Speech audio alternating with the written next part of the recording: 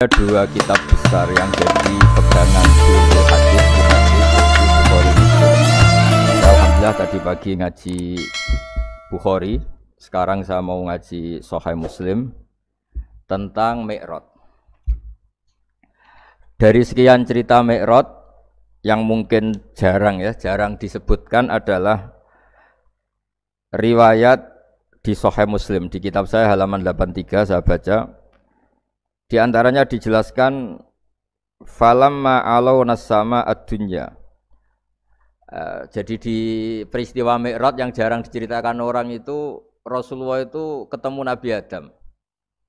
Dan Nabi Adam itu disebutkan di sini faidan an yaminihi aswidatun wa an yasarihi aswidatun.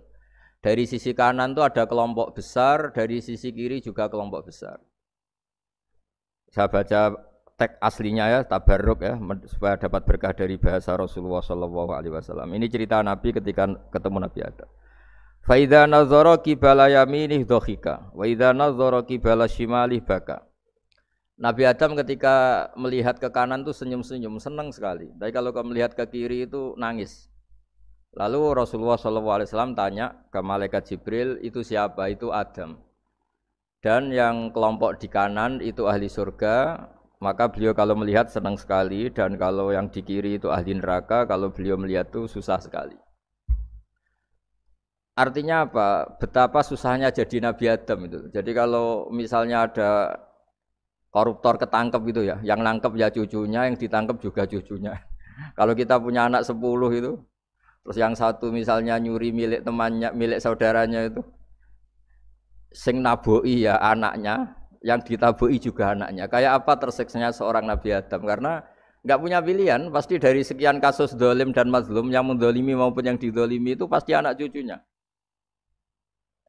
Jadi betapa susahnya seorang Nabi Adam. Jadi termasuk kearifan kita sebagai manusia itu belajar dari takdir yang kita hadapi, yaitu keterbatasan kita sebagai manusia. Kita harus bisa ngelola kegagalan, terima qadha qadar. Makanya kata Mbah Mun, abahnya Gus Yasin itu sering cerita ke saya, iman itu paling dhuwur itu iman qadha qadar, khairihi wa syarrihi minallah. Kita harus punya kesiapan iman khairihi wa syarrihi minallah. Bahwa segala kebaikan, segala syar itu sudah digariskan oleh Allah Ta'ala. Kita bisa apa sebagai manusia? Jadi pertama Nabi Muhammad ketemu di as-sama'id dunya, langit paling dekat, itu ketemu Nabi Adam dengan kondisi seperti tadi. Kalau melihat ke kanan itu senyum, karena itu anak-anak beliau, turunan beliau yang ahli surga.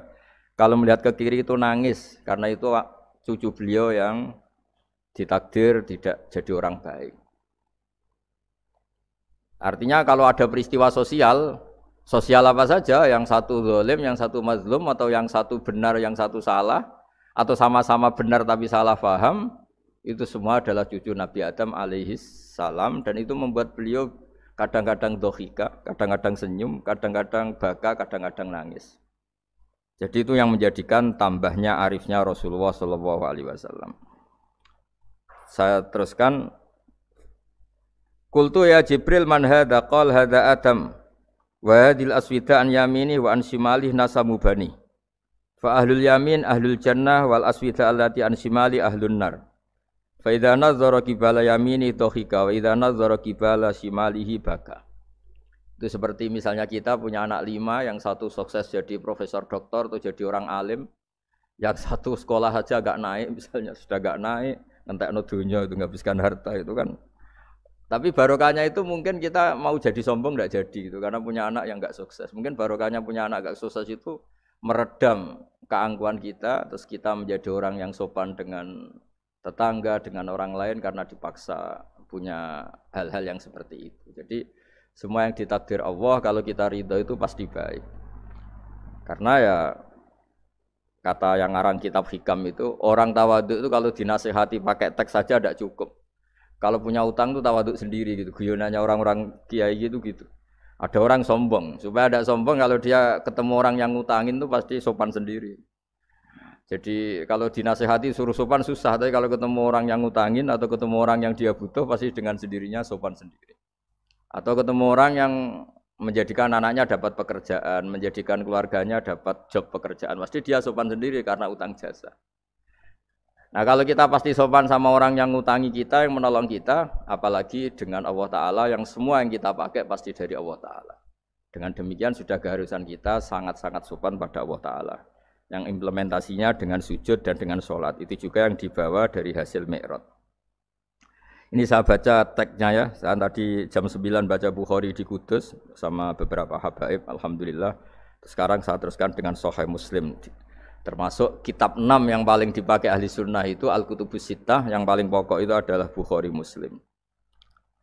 Terus kemudian naik-naik terus ketemu Marartu bi Musa alaihi salam. Ini nabinya Bani Israel. Saya kemudian ketemu dengan Nabi Musa alaihi salam. Nabi Musa itu nabinya Bani Israel. Jadi orang Bani Israel itu bawaannya itu protes. Protes itu komplain. Ketika makomnya beliau dilewati Rasulullah SAW, kelas beliau sebagai nabi, beliau nangis. Ketika nangis ditanya, "Ma yubkika, kenapa engkau nangis ya Musa?" Terus ini saya baca supaya seperti teksnya. Kata Nabi Musa, Rabbi hadza ghulamun ba'astahu ba'di yadkhulu min ummatihi al-jannata aktsaru mimma yadkhulu min ummati. Ini lelaki atau nabi junior, nabi yang datangnya setelah saya, mestinya senior saya. Tapi nabi ini sukses umatnya lebih banyak masuk surga ketimbang saya. Ini yang bikin saya nangis.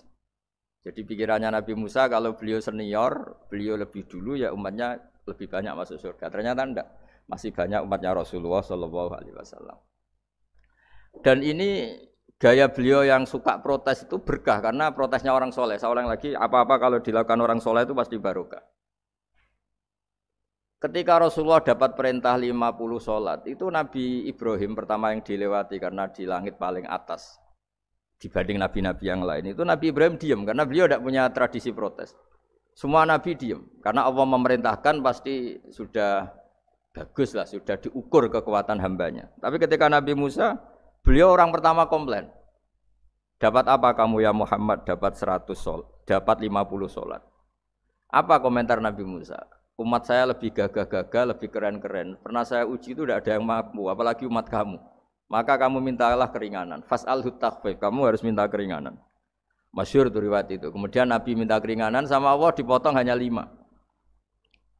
5 masih 45, dipotong lagi 5 masih 40 sampai 9 kali pemotongan, akhirnya jadi 5 sholat.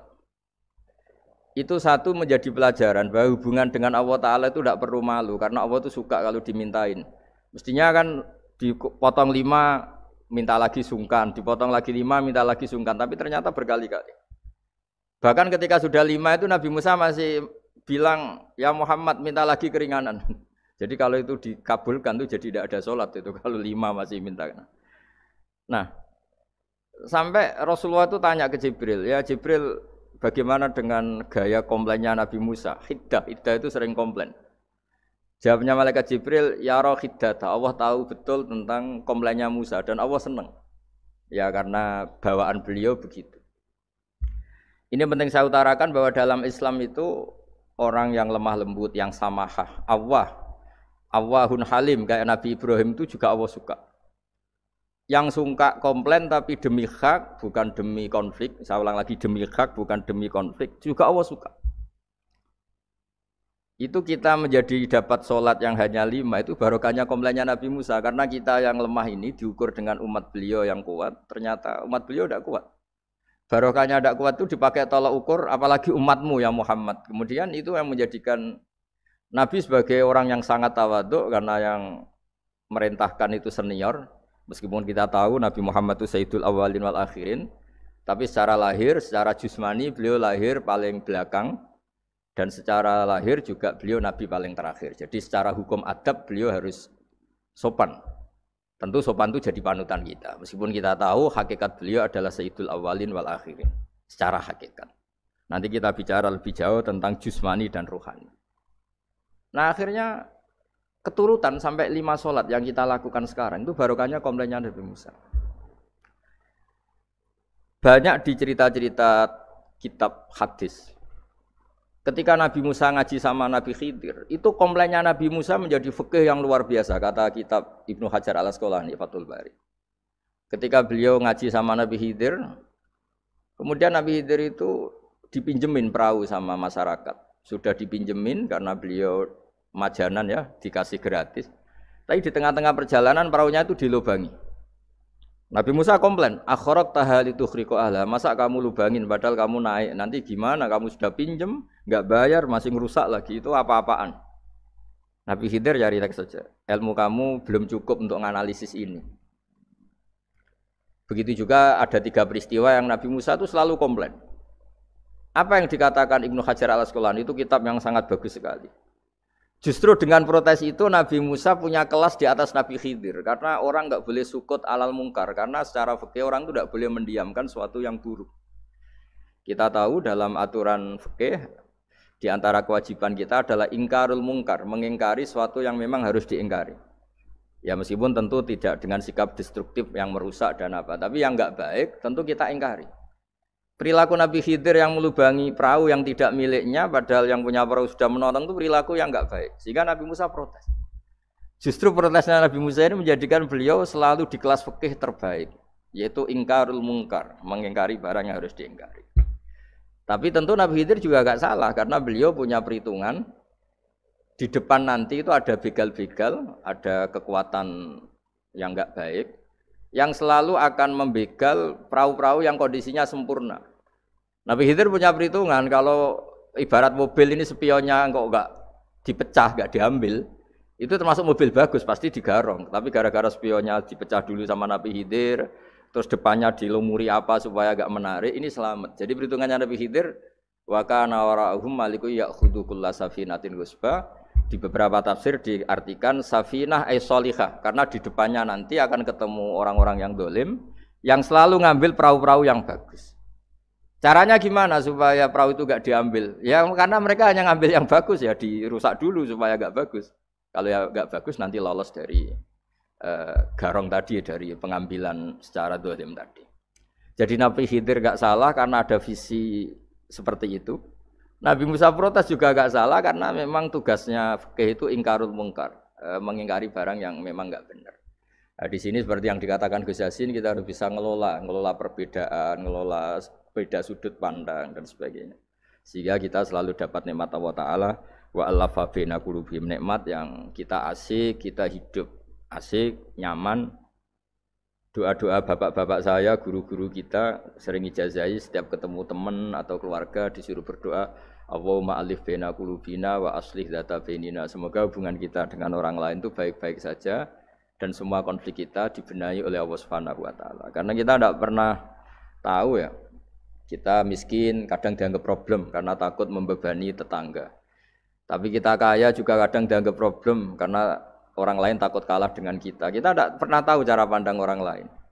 Jadi kadang-kadang kita menang gitu, sama yang senang dikira kita pemikir serius gitu. Tapi sama yang enggak senang dikira kita merengut.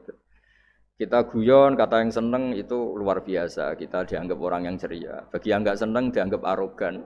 Jadi kita tidak pernah bisa ngelola pikiran orang lain. Nah, barokahnya rahmat Allah yang tidak terbatas kita seperti ini.